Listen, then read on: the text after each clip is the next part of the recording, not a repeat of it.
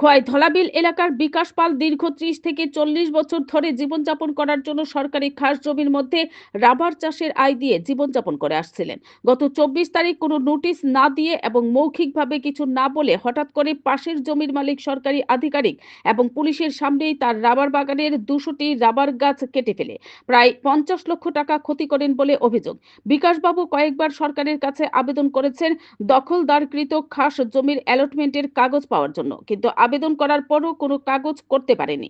হঠাৎ করে এইভাবে তাকে কিছু না জানিয়ে তার ৫০ লক্ষ টাকা ক্ষতি করায় তিনি ভেঙে পড়েন।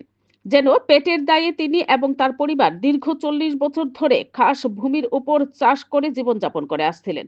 তার বক্তব্য, কোনো নোটিশ না দিয়ে পাশের জায়গার মালিক কি করে সরকারি আধিকারিকের সামনে তার দখলে থাকা জায়গার গাছগুলি কেটে ফেলে ধ্বংস করে দেয়। প্রশ্ন হলো, সরকারি আধিকারিকদের ভালোবাসা আদান প্রদানের মাধ্যমে এই অবৈধ কাজটি সংঘটিত করেছেন কিনা। প্রশাসন যেন হতদরিদ্র রাবার চাষির বিষয়টা মানবিক দৃষ্টিভঙ্গিতে দেখেন, সেই আর্জি জানানো হয়েছে।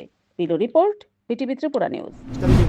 গাছগুলা এক আসছে, আমি ওই সময়ে আমি আসলাম, বাড়িতে আসলাম না আর কি। তো আমি এখানে বিগত 40 বছর ধরে আমি এখানে এই জায়গাটা দখল সত্ত্ব হিসেবে আমার আছে আর কি। আমি এটা খাস ভূমি, এটার আমি এখানে খাস ভূমির আমি অ্যালটমেন্ট পাওয়ার লাগে আমি কয়েকবার আমি পেয়ার করছি, আমি অ্যালটমেন্ট পাইছি না। আমি অনেক চেষ্টা করছি যে অ্যালটমেন্ট পাওয়ার লাগে, কিন্তু দেখা গেছে কিন্তু আমার পাশের যে জায়গাগুলো, ওই জায়গাগুলো নিয়ে কিন্তু তার একটা বিবাদ ছিল। ওই বিবাদের কারণে দেখা যাচ্ছে যে বিবাদের কারণে কিন্তু তারা জমিন কাটতে গিয়া দেখা যাচ্ছে আমার জমিনের গাছগুলো কাটতে তারা ইয়ে করে নষ্ট করে লেছে। প্রায় 200-র উপরে গাছ কাটছে।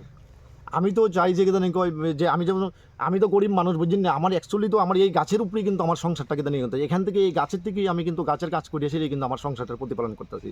যে আজকে এই গাছটি নাই মানে কিন্তু আমার সংসার অচল একদম।